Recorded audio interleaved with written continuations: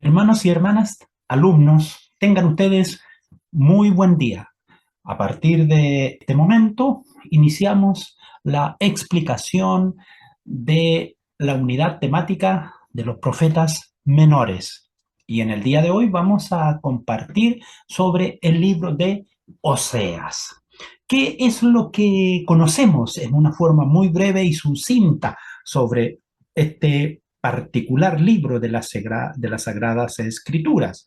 En primer lugar, forma parte de lo que se llamaba el rollo de los 12. Cuando nosotros examinamos en el contexto de la Tanakh, de la Biblia hebrea, era un solo rollo, conocido como el rollo de los 12. En nuestras Biblias actuales están divididos uno por uno. O sea, es el primero que está en el orden, aunque ese ordenamiento no es histórico. Su época en sí es la del rey Jeroboam II y su ministerio dedicado exclusivamente al reino del norte, cuya capital era Samaria. Y se prolongó por aproximadamente unos 30 años. Poco conocemos de su vida, excepto su desgraciada relación matrimonial. Vamos a abrir la pantalla para que podamos ir apreciando. Ahora, en un breve resumen, para hablar sobre el carácter de su mensaje, podemos bien decir que Oseas era un gigante espiritual dedicado a una misión imposible. ¿Y cuál era esa misión imposible? De salvar a una nación endurecida por el pecado. Con profundo y genuino interés, este predicador de Dios busca una y otra vez traer convicción y arrepentimiento. La nota dominante de su mensaje proviene de su matrimonio desafortunado.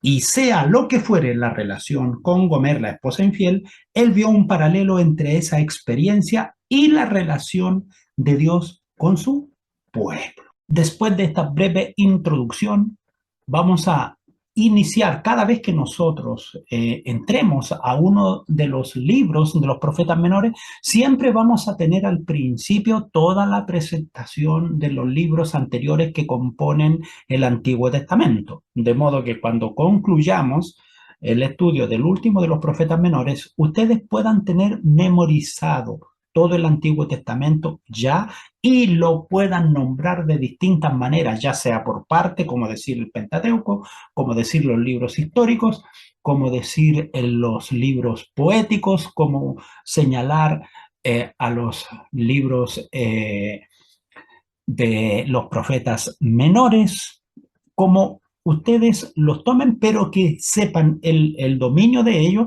y el contexto en el cual están presentados en las Sagradas Escrituras. Nosotros vemos aquí en esta pantalla diferentes colores.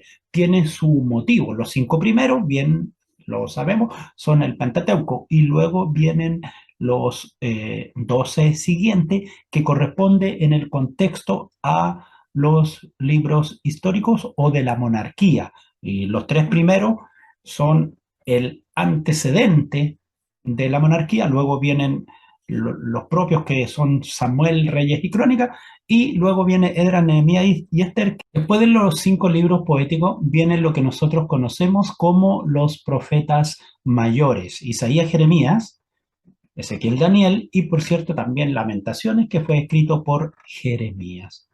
Es importante que ustedes como alumnos, estudiantes de un instituto, puedan, en primer lugar, tener no solo bien claros los conceptos bíblicos, sino también conocer el libro que tienen en su mano. Y eso parte no solo de saber que Génesis está a la izquierda y que Apocalipsis está a la derecha, sino que conocer todo el contenido de los libros que nos presenta la Sagrada Escritura.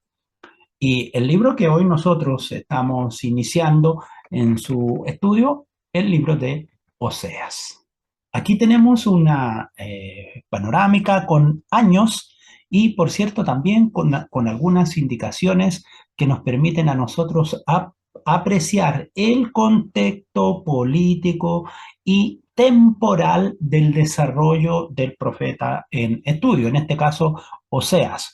Y vemos ahí en color azul marcado el reino del norte Y vemos también los reyes del reino del norte, que en aquella época, en la época de Oseas, de Jeroboam II y Manahem y Peca, y Oseas también, un rey, fueron contemporáneos durante su tiempo de profecía. Ahora, en el reino del sur estaba Usías, Acaz, Jotam. Ahora, ¿con qué otros profetas también en el mismo tiempo fue contemporáneo Oseas? Con Isaías y como asimismo también con un poquito del tiempo de Amós. Estamos hablando entonces el tiempo de Oseas aproximadamente en el año 750 al año 720 antes de Cristo. A continuación, una presentación que nos permite volver a recordar lo que ya vimos, pero ahora compilado. Los 5 libros del Pentateuco, los 12 históricos, los 5 poéticos, los 5 profetas mayores y los 12 profetas menores. Pero de estos 12, nosotros vamos a concentrarnos en el primer libro, en este caso, el libro de Oseas, que en resumen, en su mensaje, el tema literario de Oseas en cierta medida para muchos es raro, ¿eh? Y se ha dramatizado, por cierto, mucho el caso del hombre infiel que hace sufrir a su esposa, pero casi nunca se ha usado en la literatura el ejemplo de la mujer infiel que trae sufrimiento al esposo. Hay indicios sobre este principio que nosotros estamos comentando, lo que se ha popularizado mucho en este tiempo con la liberación femenina. Ahora, el pueblo de Israel se había prostituido abiertamente y sin ninguna vergüenza practicaba la idolatría, la cual es llamada a través del libro de Oseas la idolatría, el adulterio espiritual.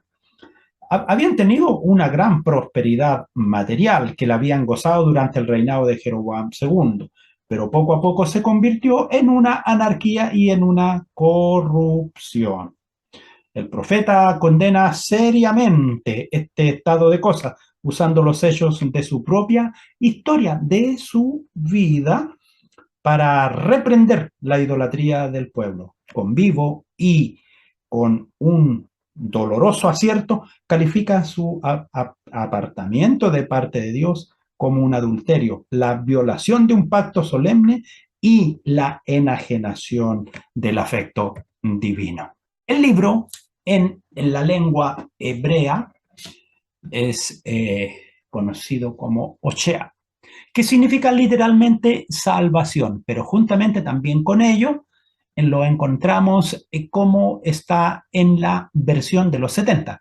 Bueno, recordemos que la versión de los 70 fue un texto bíblico escrito aproximadamente el 250 antes de Cristo por un grupo, se dice la tradición, de 70 personas, que luego, después de un tiempo, al juntarse, todos sus escritos coincidieron y se formó aquella versión conocida como de los 70, con una gran diferencia respecto al texto hebreo. Este estaba en griego y esto ocurre allí en Alejandría. Lo que nosotros podemos agregar es que precisamente el nombre de Oseas significa Salvador o salvación. Cuando lo examinamos en nuestra Biblia, tiene 14 capítulos y 197 versos. Pero por otra parte también debemos reconocer que en el principio, antes de la era cristiana, el libro en sí no tenía versículos ni capítulos, sino que solamente era un rollo, un rollo. Los versículos y los capítulos fue algo que surgió posteriormente, después de la era cristiana y, por supuesto, en una época muy tardía, después del siglo X. Ahí recién se volvió a compilar la escritura y hicieron la división de capítulos y de versículos. El escrito del libro en sí, como lo señalamos en la panorámica anterior, está entre el año 750 y el 715, y en su contenido está dirigido al reino del norte en su mayor parte y también toca al reino del sur. No está claro específicamente su lugar de escritura, ya que el libro habla no solo a un reino específico, sino que está hablando a ambos reinos. Ahora, la pregunta para nosotros es si vamos a dejar al libro de Oseas que siga hablando como historia o lo vamos a tomar y lo vamos a aplicar a nuestra vida. Esa es la pregunta. Cuando nosotros examinamos por el autor, como bien lo hemos señalado, poco se sabe de él, de sus orígenes, pero sí es el único libro de la escritura que habla profundamente de un dolor interior y sentimental en medio de una familia. Usted bien sabe, pasa por la calle y usted ve muchas casas bonitas y pintadas, pero usted no sabe lo que sucede adentro. Bueno, aquí el Dios eterno abre el hogar de Oseas y muestra su intimidad y lo muestra como un ejemplo a su pueblo. Que lo que nos enseña el libro de Oseas quede para ti y para mí y que haga algo en nuestras vidas. Ahora, cuando hablamos acerca del autor, nos dice la escritura, examinando el versículo 1 del capítulo 1 de este libro, dice que la palabra del Señor vino a Oseas, hijo de Beeri, en los días de, y ahí nombra quiénes eran los hombres que estaban presente en ese momento. Ahora, ¿por qué es importante cuando la escritura nos muestra un nombre geográfico, el nombre de un personaje, o nos menciona una determinada fiesta, un determinado suceso? Por algo que usted, como lector de la escritura, puede decir, si usted quiere hacer un proceso investigativo, esto tiene un acierto, esto no es un engaño, no es una mentira, es una verdad.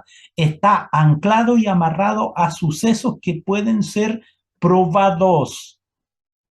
Dice, palabra de Jehová que vino a Oseas, hijo de Beeri, en días de Usías, Jotam, Acaz y Ezequías. Eso fue lo que vimos en la grilla esta de diferentes colores.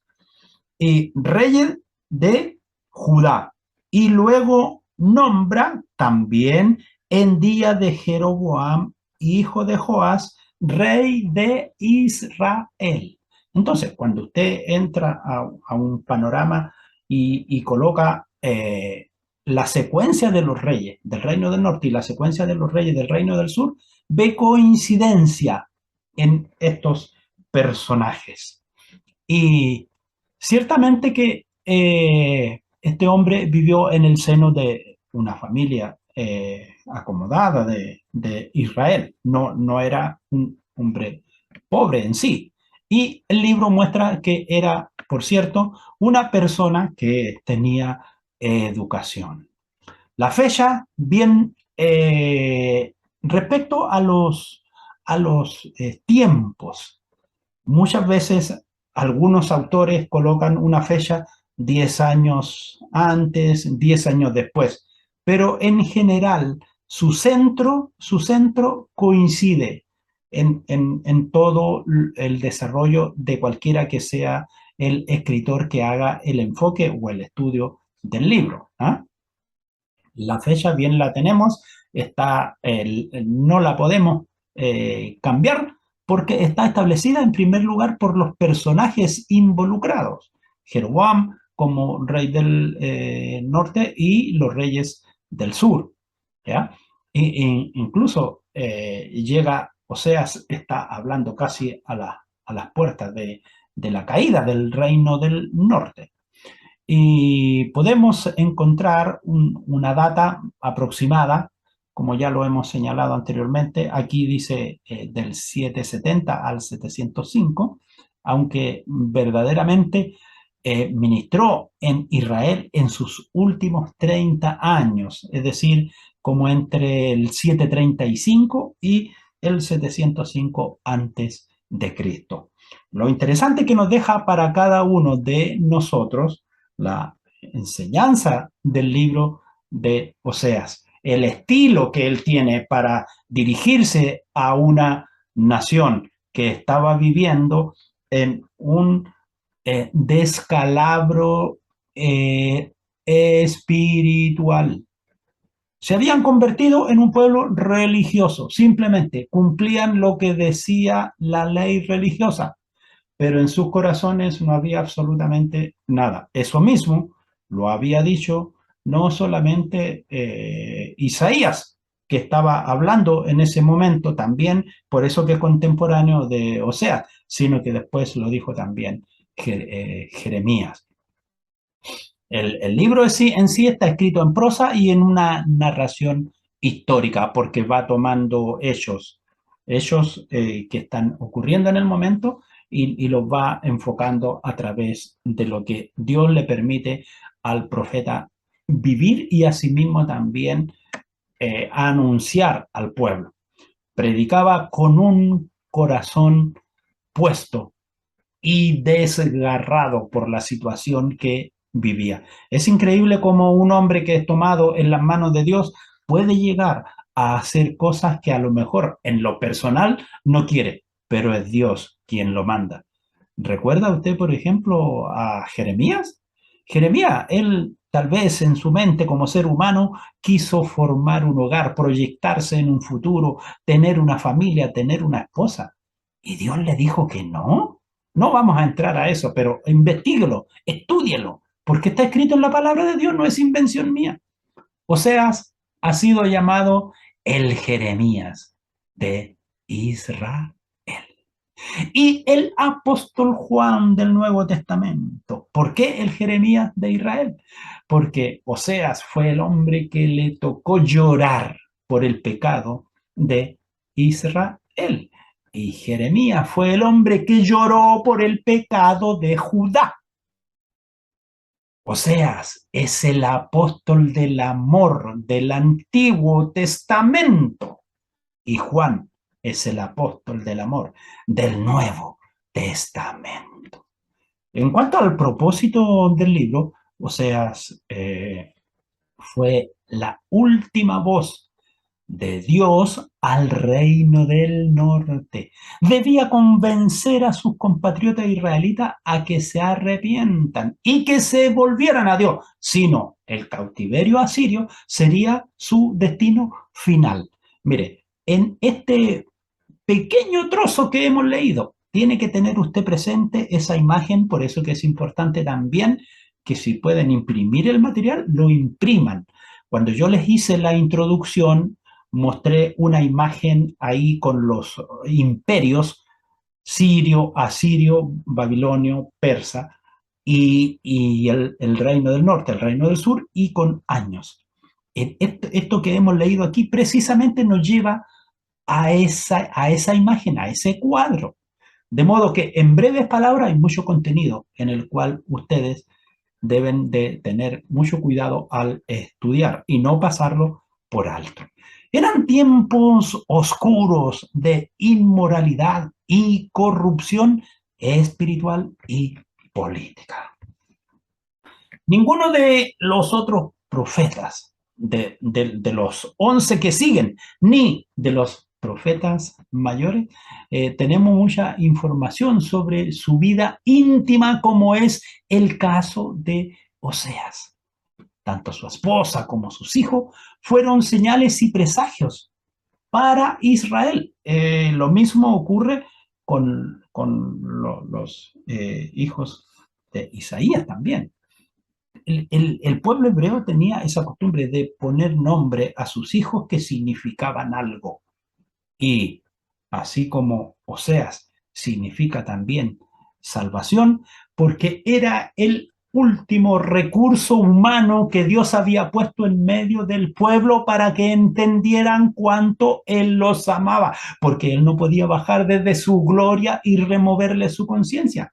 Entonces, como bien señala la palabra, que el profeta es el hombre que lleva la voz de Dios al pueblo, tomó a este hombre y en él puso esas características sublimes de dolor para hacer entender a un pueblo de mente entenebrecida. Tanto su esposa como sus hijos fueron señales, alertas y voces para el pueblo de Israel. Ahora, el rey del reino del norte, Jeroboam II, había sido un hombre muy portentado, pero el pueblo había caído en una profunda decadencia moral y espiritual. Y fíjese que esto no es raro ni es extraño, porque es un ciclo que va cambiando y que ocurre más o menos cada 40 años. Es cosa que usted examine la iglesia de los años 80, la iglesia de los años 70, y mire la iglesia de estos tiempos. Y han pasado aproximadamente 40, 50 años. Y usted mismo saque sus propias conclusiones. ¿Cuántos ve predicar en las calles? ¿Qué ha pasado con ese pueblo que antes era humilde, sin letra, que no tenía títulos técnicos ni universitarios? ¿Qué ha pasado? Dios bendijo al pueblo, bendijo a la nación, la llevó en la altura. ¿Y qué hizo el pueblo de Dios? Se fue alejando, se fue enfriando, porque empezaron a entrar en sus vidas la idolatría personal, material, y perdió la visión de Dios. Hoy día hay que aplaudir cuando alguien está predicando en una calle. El pecado de Israel había roto el corazón de Dios y la predicación de Oseas venía sellada con la marca, aún bajo esa condición, de la compasión divina. La situación, por cierto, para Israel no era nada asegurado. La amenaza por Siria era inminente y sufrían una inestabilidad porque este reino se estaba levantando con poder e iba a irrumpir sobre el imperio sirio. Iban a dominar toda el área norte de lo que nosotros hoy conocemos como Canaán. Por lo tanto, se estaban ocurriendo ahí inestabilidades internas e intrigas políticas y estaban ocurriendo asesinatos, aún en medio de la cúpula administrativa, en sus últimos reyes. De modo que no solo estaba presente la inmoralidad, sino que la corrupción en lo social y político era evidente. Ellos establecieron, tal como señala la palabra, ellos establecieron reyes, no escogieron por mí, construyeron príncipes, mas yo no lo supe. Eso señala muy bien ahí en el capítulo 8, verso 4, hablando la reprensión de la idolatría de Israel. Ellos establecieron reyes, pero no escogidos por mí. Constituyeron príncipes, mas no lo supe. De su plata y de su oro hicieron ídolos para sí, para ser ellos mismos destruidos. ¿Quiere usted correr? ¿Quiere usted vivir su propia manera? ¿Quiere usted vivir su propio evangelio? Pues sepa que esta palabra, aunque hoy en día yo escucho corrientes que hablan, no, es que de ahí de Malaquías para atrás, eso ya fue. Ahora tenemos que mirar de Malaquías para adelante, porque eso es para nosotros. Perdóneme, pero yo conozco una Biblia de principio a fin y es palabra de Dios y es una sola, es la misma. Para mí no ha cambiado. No sé si para usted, a lo mejor tal vez usted ha estudiado mucho más y el Espíritu Santo a usted le ha dado más visión y me alegro por ello, pero remítase a lo que dice la escritura. Y como sea, se va a cumplir. Oseas tuvo que vivir su mensaje antes de predicarlo. Mire, ¿cuántas veces usted ha oído? Predicador, predícate a ti mismo. Llega usted y se pone ahí y habla del amor de la familia y esto, que lo otro. Y resulta que la hermanita dice por ahí, cómo me gustaría que ese fuera el marido que yo tuviera en mi casa. Tuvo que experimentar una profunda agonía en su vida familiar para estar listo, para dar el mensaje de Dios a su pueblo. El mensaje postrero, la lluvia tardía. Nosotros siempre miramos la lluvia tardía en un aspecto nada más. Siempre el mensaje postrero también es una lluvia tardía. Y aquí vamos a ver un breve cronograma, nuevamente eso mismo que vimos en la introducción, pero ahora lo vamos a ver aquí en una forma gráfica para que ustedes vean quiénes eran los reyes del norte, quiénes eran los reyes del sur, del reino de Judá y el reino del norte de Israel o de Samaria también, y el reino del sur, el de Judá o de Jerusalén. El reino del norte otras veces también es llamado como Efraín y la parte sur es llamada como Benjamín. Cada uno de esos nombres nos hacen relacionarnos a los distintos reinos. Y cuando habla de Jacob, está hablando de los dos, del origen de los dos. ¿Ah? Y aquí tenemos entonces en esta hermosa presentación, en primer lugar tenemos años.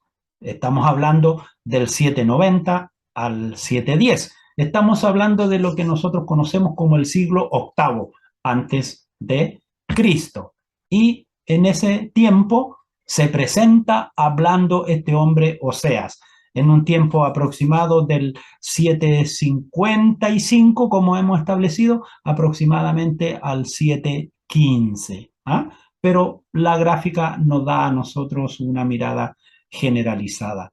Ahora, hay reyes, ciertamente, cuyo gobierno muchas veces se enlaza con el gobierno de otro. A eso se le llama regentes. ¿Eh?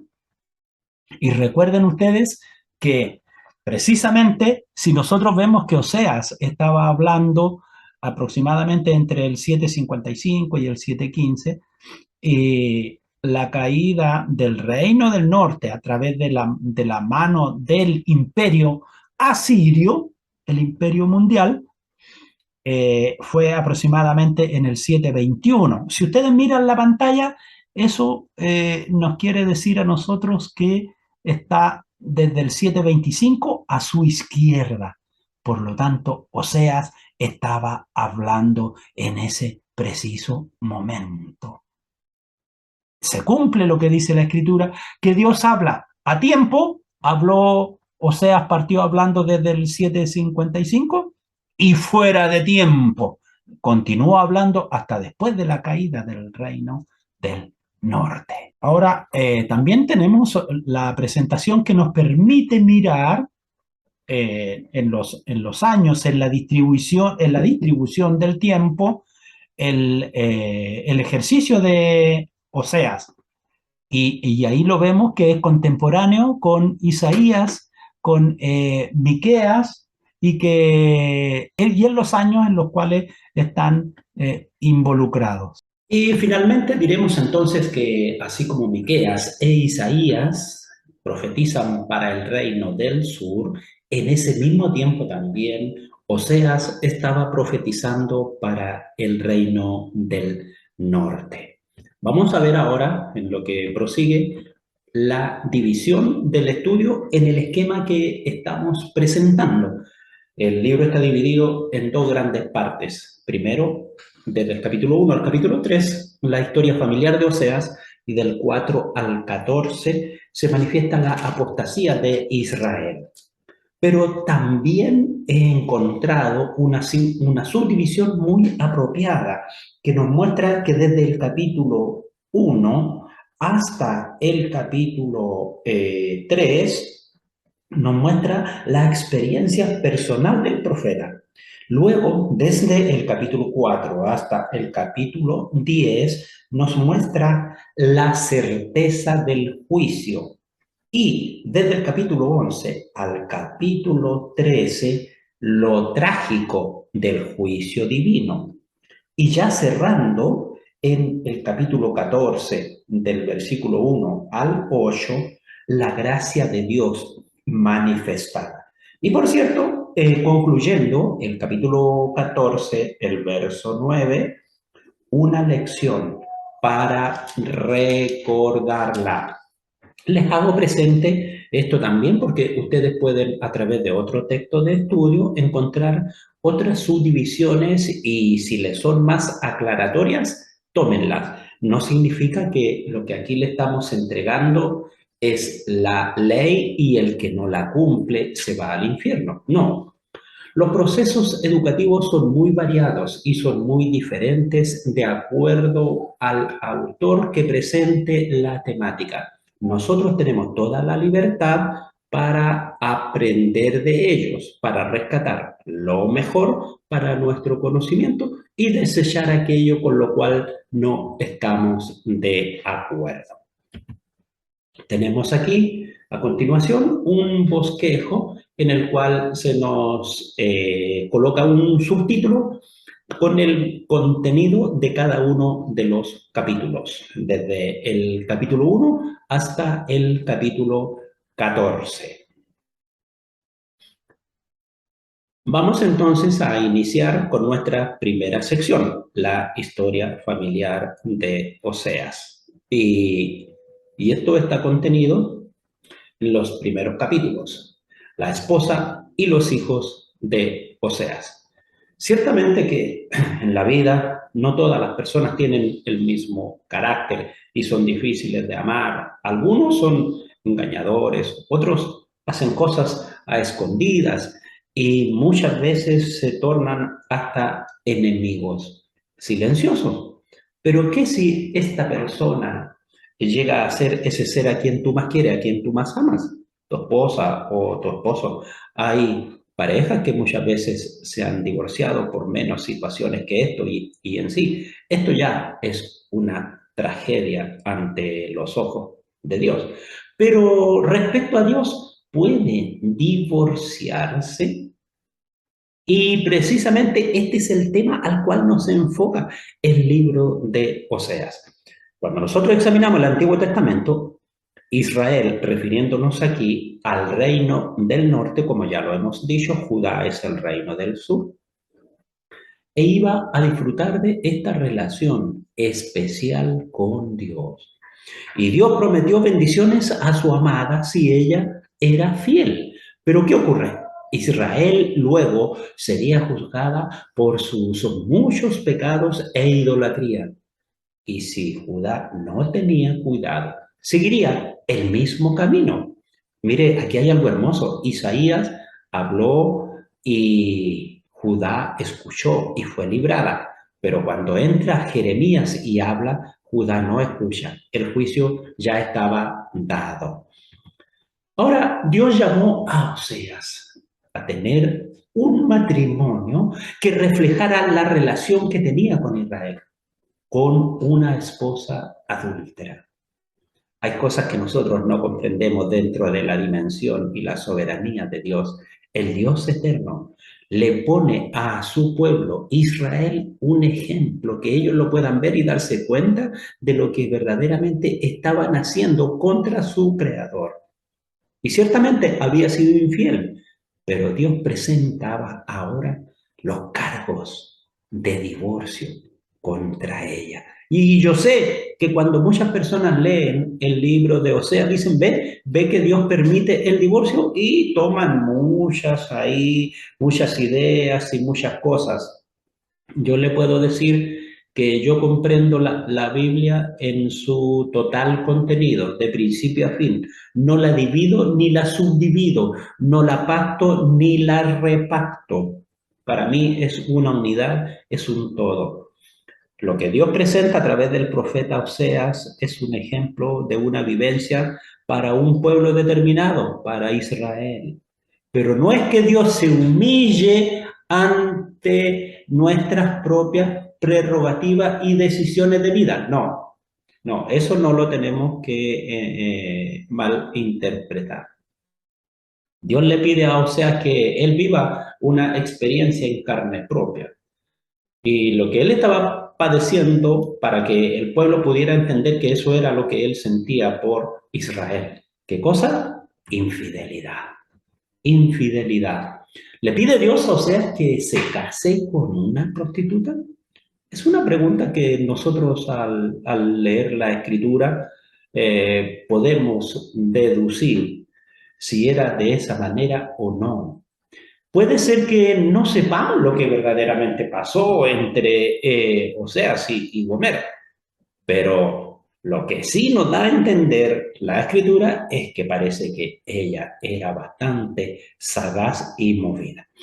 Dios puso, por ejemplo, Israel estaba involucrada en una prostitución espiritual. Y Dios quiere mostrarnos un cuadro. Oseas haría con Gomer lo que Dios haría con Israel. Esto va mucho más allá, hasta sus hijos. Uno de ellos fue llamado Jezreel. Y le dijo Jehová, ponle por nombre Jezreel, porque de aquí a poco yo castigaré a la casa de Jehú por causa de la sangre de Jezreel, y haré cesar el reino de la casa de Israel. Le puso Dios, esparcirá, no compadecida. Y una niña llamada Loruama en el 1:6 concibió ella otra vez y dio a luz una hija y le dijo, Dios, ponle por nombre Loruama, porque no me compadeceré más de la casa de Israel, sino que los quitaré del todo. Loruama, no más misericordia. Y eso fue lo que sucedió. Los quitó del todo y no quedó vestigio de ello. Por eso que no hay registro de este exilio en la Sagrada Escritura, solamente encontramos registro del exilio del Reino del Sur. Y también dice, y un niño llamado Loami, más de la casa de Judá tendré mi misericordia y lo salvaré por Jehová su Dios, y no lo salvaré con arco, ni con espada, ni con batalla, ni con caballos de jinetes. El que fue llamado Loami quiere decir no pueblo mío. Eso significa Loami. Tenían nombres, por cierto, que al oído del profeta eran importantes y significativos. ¿Qué es lo que estaba verdaderamente representando Jezreel? Un lugar de juicio. En Jezreel estaba el viñedo que Jezabel arrebató y asesinó a su dueño para dárselo a Acab. Eso lo encontramos en Primera de Reyes 21. Elías profetizó la muerte de Jezabel en ese lugar, Segunda de Reyes 9:36, y Jehú mató a Acab y a Jezabel precisamente ahí en Jezreel. Así como Dios había juzgado a Acab y a Jezabel, ahora Dios traía juicio sobre Israel. Notemos que Oseas está inserto ahí en medio de la vida de los reyes, Jeroboam y Usías, Ezequías y Jotam, reyes tanto del sur como reyes del norte, que era Jeroboam II. Ahora, el nombre Jezreel literalmente significa que Dios esparcirá o no compadecida, o como se interpreta aquí, que Dios siembra.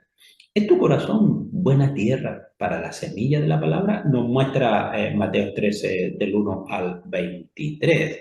Ahora, lo ruama significa sin piedad ni misericordia. En el contenido natural dice no más misericordia. El juicio de Dios no podría ser evitado. No le mostraría ninguna compasión mientras permite que Israel enfrente con todo el rigor su juicio. Su juicio. No estuvo en la mano de Dios para detener al invasor asirio. Lo a mí no es mi pueblo, no es mi hijo. En el pacto que Dios hace con Israel, lo llamó su pueblo y él sería su Dios. Eso lo encontramos en Éxodo 6, 7. Ahora, debido a su pecado, todo eso se invertiría. Israel sería arrojada lejos de Dios y su relación cortada. La buena noticia para cada creyente es que no hemos sido desechados. Pero tampoco significa, amado hermano y hermana, que tú te vas a aprovechar hipócritamente de esa gran misericordia y bondad de Dios. Hoy en día en los cultos televisivos se vende mucha bondad y se vende mucho amor de Dios. E incluso en las grandes cadenas televisivas ya no se habla de pecado, se habla de error, no se habla tampoco de arrepentimiento, sino que se dice tienes que reflexionar. Estimados hermanos, así no se llega a Dios. Y les puedo decir una cosa, todos van a quedar, todos los que oyen de esa manera van a quedar parados allí. Me decís, Señor, Señor, y no hacéis lo que yo os mando. Ah, sí, pero hicimos esto, aquello, lo otro. Muchas multitudes fueron detrás de nosotros. Sí, pero apartados de mí, hacedores de maldad. Antes, señala segunda de Pedro 2:10, ustedes no eran un pueblo, pero ahora son el pueblo de Dios. Antes no habían sido compadecidos, pero ahora ya han sido compadecidos. Aquí nos está hablando este versículo a través de la versión Reina Valera contemporánea. Esta es la gracia que experimentamos en Jesús, cada uno de nosotros. Con todo, cuando nosotros revisamos el versículo 10 del mismo libro de Oseas, con todo será el número de los hijos de Israel como la arena del mar, que no se puede medir ni contar. En el lugar en donde les fue dicho, vosotros no sois pueblo mío, les será dicho, sois hijos del Dios viviente. Y eso efectivamente está ahí en el versículo 10 del capítulo 1. Cuando nosotros examinamos el contenido en breve línea del capítulo 2, cuando dice el título de la escritura, el amor de Jehová hacia su pueblo infiel. Debido a su prostitución, Dios ya no la considera su esposa. Así dice el versículo 2:2. Contended con vuestra madre, contended, porque ella no es mi mujer, ni yo su marido. Aparte, pues, sus fornicaciones de su rostro y sus adulterios de entre sus pechos. Ahora, incluso llama a sus hijos hijos de prostitución y lo llama así en el versículo 4. Ni tendré misericordia de sus hijos porque son hijos de prostitución. Los pecados de Israel eran demasiados. El plan de Dios era lidiar con ellos. Así como Oseas echó a su esposa a mano de sus amantes, así Dios prometió hacer lo mismo con Israel, humillarla hasta descubrir su locura delante de los ojos de sus amantes. Eso señala el versículo 10. Y ahora descubriré yo su locura delante de los ojos de sus amantes y nadie la librará de mi mano. Se olvidó el Señor. Ahora pagaría el precio. Dios promete llevarla a un sitio de bendición, tanto así que su relación volvería a ser la de marido y mujer. Y esto lo encontramos en el versículo 16. En aquel tiempo, dice Jehová, me llamará Ishi, marido mío, significa Ishi, y nunca más me llamará Bahalí, que quiere decir Señor mío. Israel será su esposa para siempre y conocerán su bendición, grano, vino y aceite, versículo 22. Y la tierra responderá al trigo, al vino y al aceite, y ellos responderán a Jezreel. ¿Y qué era Jezreel? al que los iba a esparcir. El versículo 19 y 20 nos señala, y te desposaré conmigo para siempre, te desposaré conmigo en justicia, juicio, benignidad y misericordia, y te desposaré conmigo en fidelidad, y conocerás a Jehová. Tú escoges el matrimonio que quieres tener. No culpes a Dios de tus malas vivencias, tú escoges. El capítulo 3 nos lleva a Oseas, dice el título, y la mujer adúltera. Oseas acusa a la nación de ser infiel a sus votos, tal como su esposa adúltera había sido desleal a los suyos. Gomer abandona a su esposo e hijo y se fue tras sus amantes, sin importarle lo suyo. El pago terrible que recibe de sus amantes ahora se encuentra peor que una esclava, probablemente siendo explotada en un burdel. Valía poco. Y eso fue lo que ocurrió verdaderamente con Israel. Fue llevada como esclava y explotado hasta que fueron exterminados. Me dijo el Señor, señala ahí el capítulo 3, el verso 1, ve, ama a una mujer amada de su compañero, aunque adúltera, como el amor de Jehová para con los hijos de Israel, los cuales miran a dioses ajenos y aman torta de pasas. Eso era lo que estaba pasando con Israel. Estaban yendo tras dioses ajenos y sin embargo Dios los continúa amando. Dice el versículo 2 del capítulo 3, la compré entonces para mí por 15 siclos de plata y un homer y medio de cebada.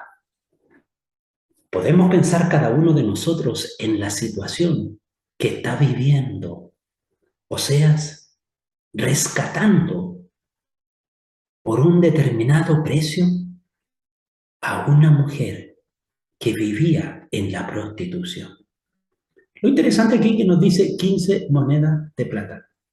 Cuando nosotros examinamos por cuánto fueron las monedas por las cuales Judas entregó al maestro, nos damos cuenta que Oseas está colocando la mitad del valor del todo que puso el maestro por tu vida y por mi vida. Pero ¿qué quería él?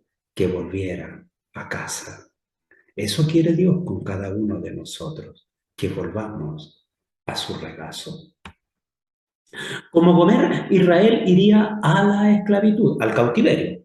Y eso había sido indicado antes que Oseas. ¿Y a causa de qué? De sus pecados.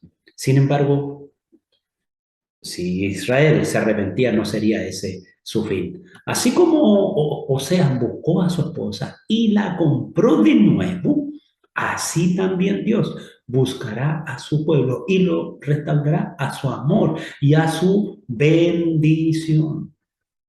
Reconocemos en la adúltera Gomer una imagen vil y voluble de nosotros mismos. Cada uno de ustedes tiene la oportunidad de responder esa pregunta delante de Dios. No delante mío, delante de Dios. Delante de Él se doblará toda rodilla y toda lengua confesará a Dios sus culpas. Pero yo le agrego algo más a la idiosincrasia chilena, pero no lo vuelva a repetir, no lo haga de nuevo. No convierta sus oraciones en una letanía, en una poesía que se repiten cotidianamente, que sean nuevas cada mañana, así como es la bendición de Dios. Es difícil reconocerlo y difícil también de admitir cuando lo vemos, porque engañoso es el corazón más que todas las cosas y perverso, ¿quién lo conocerá? Eso señala Jeremías 17:9. Entre todas las comparaciones, uno de los cuadros más impactantes, más vívidos del amor de Dios por los pecadores es el amor en la vida real del profeta, o sea, por quien Dios le había dicho que la tomara como esposa, la indigna Gomer. O sea, describe el inmerecido amor de Dios por cada uno de nosotros. Por eso que podemos entender nosotros lo que significa Jehová justicia nuestra. Que el Señor Jesús se haya puesto delante del Padre y actuó por nosotros, haciéndonos justos, no siendo merecedores. El mundo describe el amor en términos de pasión, de sexo, en sensualidad. Y según este concepto, el amor es poco más que una mera atracción y deseo por otra persona. Por eso que hoy en día tantos matrimonios se rompen. Este amor solo busca una satisfacción y termina si sus demandas se ignoran o no se satisfacen. Simplemente es egoísta. En contraste, el amor de Dios es un amor diferente, comprometido, que no busca beneficio ni correspondencia. Así fue como Dios se comprometió con Israel y así debemos nosotros de comprometernos también, amables alumnos, con nuestro ser amado. El amor, como lo dice allí la carta del apóstol Pablo, 1 Corintios capítulo 13, todo lo sufre, todo lo cree, todo lo espera, todo lo soporta. El amor jamás dejará de existir.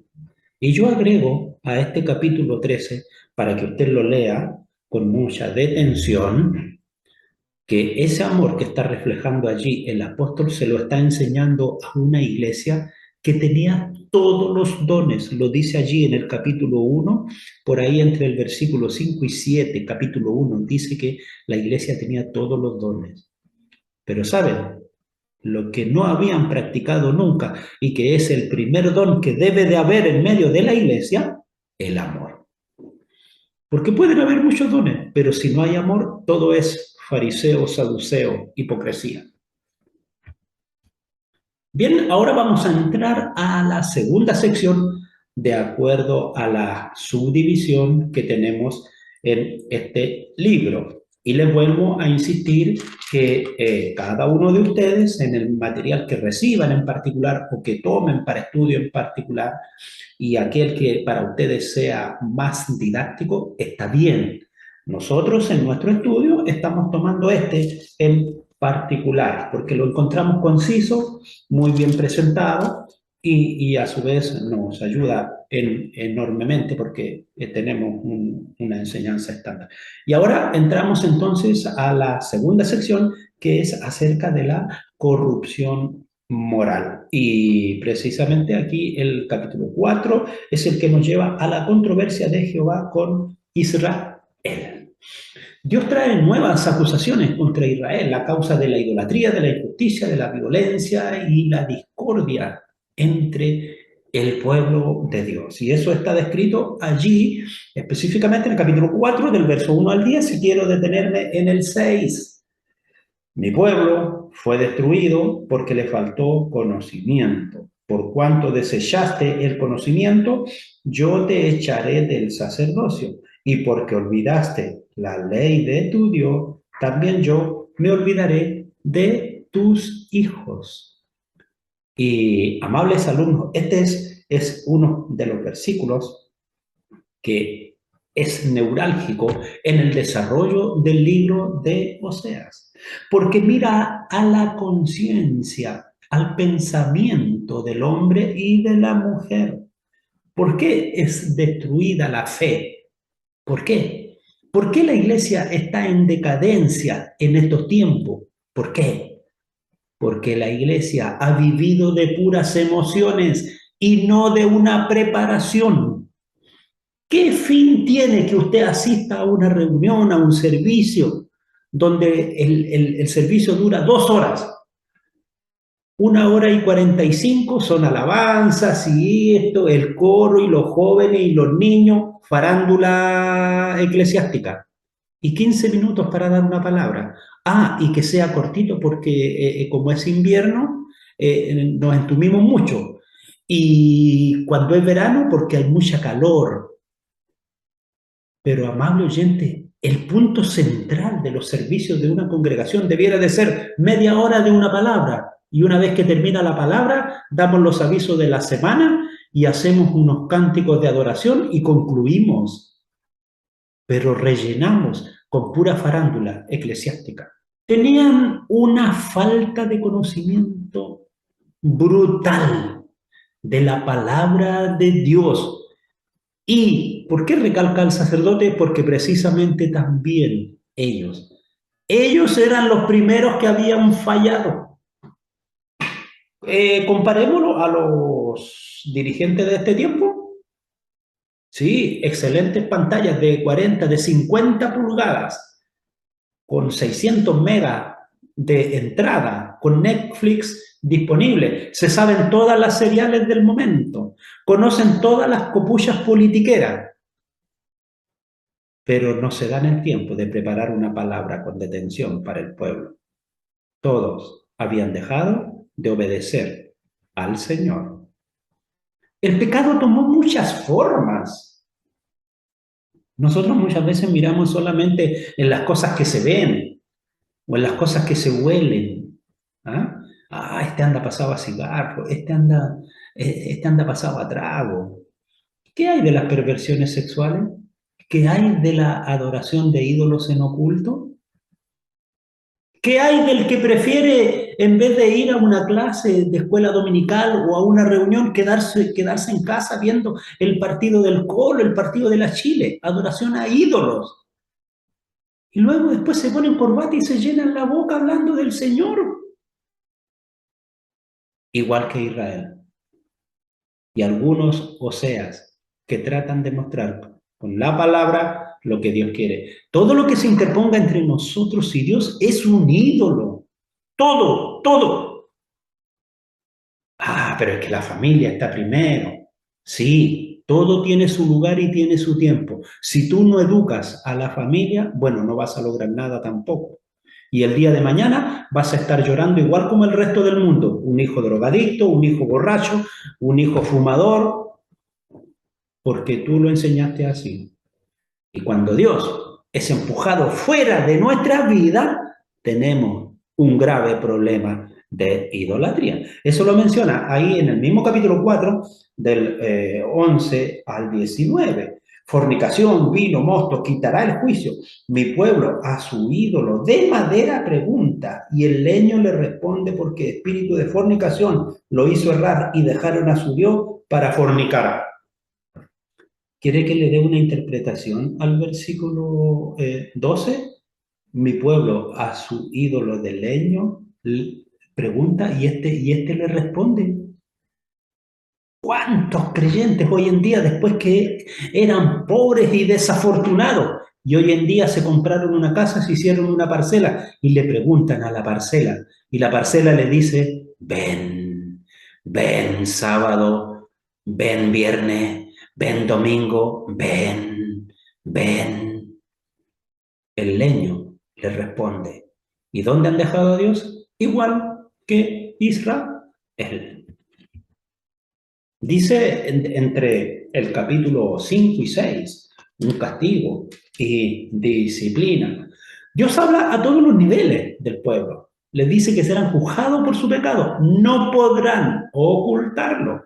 Dios vendría contra ellos como enemigo en la batalla. Y eso es lo que está mostrado allí en el capítulo 5, del versículo 1 al 15. Leo para una detención el versículo 2, y haciendo víctimas han bajado hasta lo profundo.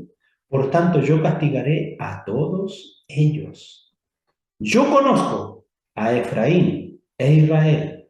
No me es desconocido. Porque ahora, oh Efraín, te has prostituido y se ha contaminado Israel. Cuando menciona la palabra del Señor a Efraín y a Israel, se está refiriendo al mismo reino, al reino del norte. Lo que sucede es que Efraín era la tribu más belicosa. Israel se refiere al todo, a las 10 tribus. No piensan en convertirse a su Dios porque espíritu de fornicación está en medio de ellos y no conocen al Señor. Eso señala el versículo 4. Dios espera que la gente vuelva arrepentida. Y a esta expresión se le saca mucho provecho y se vende muchas veces como un ramo de flores en la feria. Dios espera que tú vuelvas, Dios espera que tú vuelvas. Pero nadie le dice, Dios espera que tú vuelvas cuando te arrepientas de tu pecado. Ahí está la frase completa. Si no, estamos igual como los mentirosos vendiendo productos en la feria. Porque misericordia quiero, dice la palabra del Señor, y no sacrificio, conocimiento de Dios más que holocausto, en el versículo 6 del capítulo 6. Claro, ¿no? ¿Qué dice Yahvé? Yahvé dice que tenemos que matar tantos becerros, derramar tanta sangre y quemémoslo. Eso eran los holocaustos, las ofrendas que se hacían quemadas. ¿Qué haré a ti, Efraín? ¿Qué haré a ti, oh Judá? Dice el capítulo 6, verso 4. ¿Qué haré a ti, Efraín? Refiriéndose al reino del norte. ¿Qué haré a ti, oh Judá? Refiriéndose al reino del sur. La piedad vuestra es como nube de la mañana y como el rocío de la madrugada que se desvanece. Por esta causa corté por medio de los profetas, con las palabras de mi boca los maté, y tus juicios serán como luz que sale, porque misericordia quiero y no sacrificio y conocimiento de Dios más que holocaustos. Entonces, cuando la palabra de Dios quiere hablar a nuestra vida, no hay nada que nosotros podamos esconder. Dios conoce verdaderamente nuestros corazones. Cuando vamos al capítulo 7 y 8, ahí no está hablando de la corrupción espiritual. El capítulo 7 dice iniquidad y rebelión de Israel y el capítulo 8 reprensión de la idolatría de Israel. Dios había ofrecido sanarlo y fue ignorado. Ninguno de los líderes clamó a él, nadie lo buscó. Más bien se dirigieron hacia dónde, hacia Egipto, hacia el lado sur, y hacia Asiria, hacia el lado norte, buscando ayuda por dejar a Dios. Fueron verdaderamente disciplinados. Mientras juraba yo a Israel, se descubrió la iniquidad de Efraín y las maldades de Samaria, porque hicieron engaño. Y entra el ladrón, el salteador, despoja por fuera. Y no consideran en su corazón que tengo en memoria toda su maldad. Ahora le rodearán sus obras. Delante de mí están. Y el versículo 7 dice, todos ellos arden como un horno y devoraron a sus jueces. Cayeron todos sus reyes. No hay en ello quien a mí clame. Versículo 7, capítulo 7, 7. No había ni uno que clamara a Dios. Estamos hablando de un pueblo que era conocedor del Dios eterno, del Dios amado, y no había ni uno solo que clamara a Dios. Sus bocas se habían cerrado, hablaban a cualquier cosa. Y saben, amados hermanos, en este tiempo estamos viendo lo mismo. En las iglesias se habla de muchos enfermos. Es increíble cómo han aumentado la cantidad de enfermos dentro de las iglesias. Pero nadie se pone de pie y dice, hermano, volvámonos al Señor, hagamos un día de oración, hagamos un día de ayuno. No, sino que simplemente dicen, el hermano Carlito tiene cáncer, sí, pero los hijos trabajan bien, así que vale como 20 millones la operación y con eso se va a arreglar. ¿Y dónde quedó Dios? Fuera de sus vidas. Mucha gente dice creer, pero actúan como si no lo conocieran. Se llaman cristianos, pero sus vidas verdaderamente demuestran absoluta ignorancia y paganismo. Dios los reprende severamente por haber adorado al becerro de oro, haber ignorado la palabra y haberse olvidado de su Hacedor. Versículo 7-8, Efraín se ha mezclado con los demás pueblos. Efraín fue torta, no volteada. Vamos al capítulo 8. La reprensión por la idolatría. Pon en tu boca trompeta como águila viene contra la casa de Jehová, porque traspasaron mi pacto y se rebelaron contra mí. Versículo 1 del capítulo 8. En el capítulo 9 y 10 está representado el castigo de Israel. Todo el capítulo está bajo esa misma definición. Israel es culpable por haber fornicado, es castigado, ha llegado. Dios lo echará de la tierra y hará que vaguen entre las naciones. Muchas veces cuando el predicador o en la iglesia se habla acerca de la fornicación, se piensa que solo se habla del acto físico, de una relación entre dos personas que no están legalmente casados y que moralmente y valóricamente no les está permitido unirse en una relación sexual. Pero cuando la escritura habla de fornicación, está hablando y amplía el concepto a todo aquello que nosotros hacemos y que vulnera, que transgrede y que desobedece los mandamientos de Dios. Dice allí en el capítulo 9, verso 17, mi Dios lo desechará porque ellos no le oyeron y andarán errantes entre las naciones. Y es increíble cómo en estos tiempos los estudios genealógicos muestran judíos en distintas partes, en distintos lugares. Usted puede examinar a través del internet, por ejemplo, la misión Alfombra Mágica, que rescató a judíos desde lugares tan remotos de Yemen, de las zonas de África más abandonadas. Se han hecho muchas misiones de traer judíos a Israel y en pleno siglo XX. No son cosas del pasado, son recientes. Dios permitió que el enemigo venga con toda su furia. El becerro de oro en quien ellos confiaban sería llevado a Siria. Lo que Oseas describe que está por pasarle a Israel es solo una muestra de lo que está por venir en los días de la gran tribulación.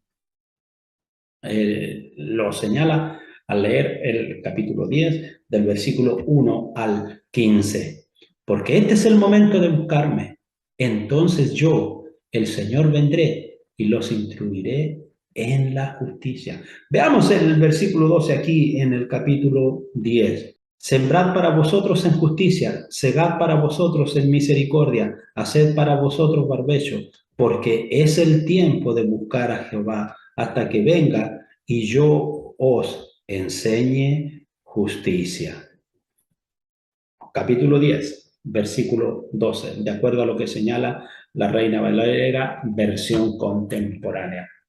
Y el versículo 11 y 12, Dios trata con Israel. El versículo 11 dice el título, Dios se compadece de su pueblo obstinado. Y el capítulo 12, Efraín reprendido por su falsedad y opresión. Y el título que tiene la escritura es muy decidor. Dios se compadece de su pueblo obstinado. Si comparamos lo obstinado a cada uno de nosotros, nos dice, si hay animal más obstinado que el burro, uy, otro no lo hay. El perro usted le habla y atiende, el caballo también, el buey también, la oveja también, pero el burro cuando no se quiere mover, no se mueve, aunque pase fuego por sobre él. Dios los había sacado de Egipto, eso no lo habían olvidado. Les dio oportunidad para andar en comunión con Él cuando estuvieron ahí en el desierto, cuando cruzaron el río Jordán y cuando poblaron la tierra, cuando tomaron, cuando la conquistaron. Había sido un león contra ellos.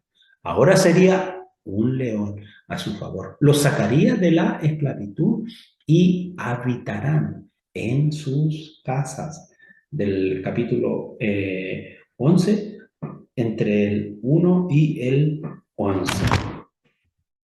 Dice, Dios también presenta cargos contra Judá. Lo eliminará de la tierra si no se arrepiente. Ambos reinos habían provocado la ira del Señor y por cierto que ambos serían castigados. Eso es lo que señala el resumen del capítulo 12, del 1 al 14. Vuélvete a tu Dios y confía siempre en Él. Dice el versículo 6 del capítulo 12, que lo leo. Tú pues, vuélvete a tu Dios, guarda misericordia y juicio, y en tu Dios confía siempre. Cuando dice el título de este capítulo, dice Efraín reprendido por su falsedad y opresión. Hay una mirada de misericordia cuando nosotros también nos volvemos verdaderamente con un corazón arrepentido. Y el capítulo 13 y 14 hablando de destrucción y de salvación.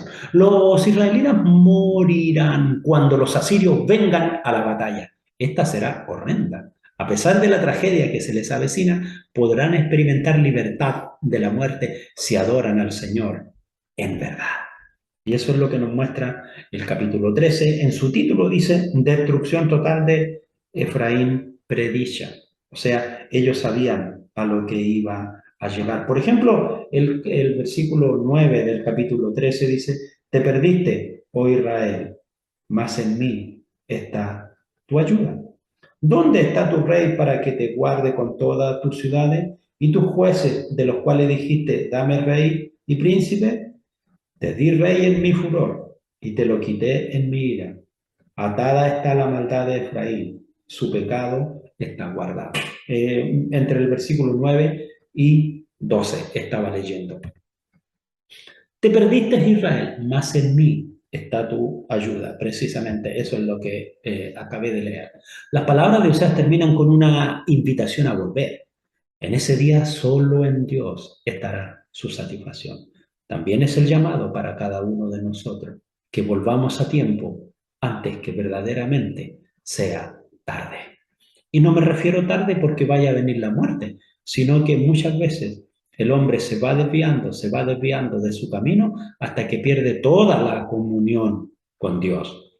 Porque los caminos del Señor son rectos y los justos lo seguirán. Eso señala el capítulo 14, cuyo título dice súplica a Israel para que vuelva a Jehová. El versículo 9, ¿quién es sabio para que entiendan esto? Y prudente para que lo sepan.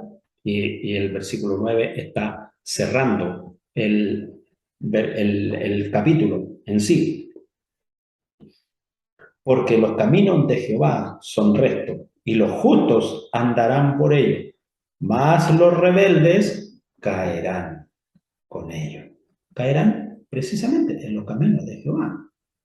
Voy a leer completo ahora del capítulo 14, el versículo 9. ¿Quién es sabio para que entienda esto y prudente para que lo sepa?